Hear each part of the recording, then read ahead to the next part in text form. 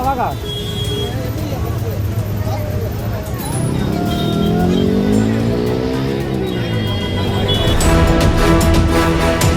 கோயம்பேட்டில் சாலையில் சென்ற காரின் முன்பக்க டயர் வெடித்து சாலையோர கடைகள் மீது மோதி ஏற்பட்ட விபத்தில் 2 பெண் வியாபாரிகள் காயமடைந்தனர்.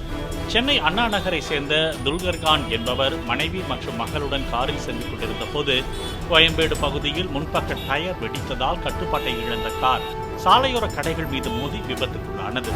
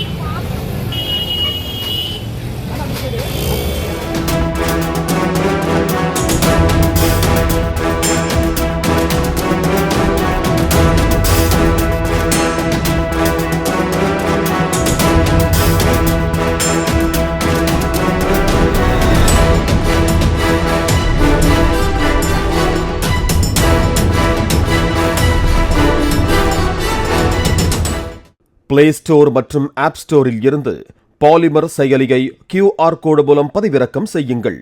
செய்திகளை உடனுக்குடன் பெறுங்கள்.